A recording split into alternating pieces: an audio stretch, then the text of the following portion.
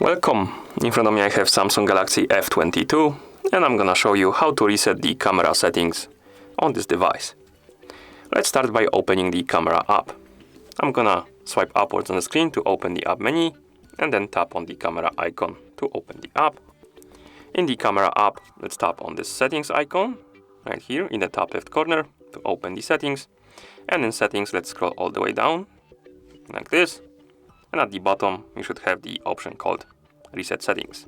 Let's tap on it, then tap on Reset to confirm and reset our camera settings to default. And that's how you reset the camera settings on this device.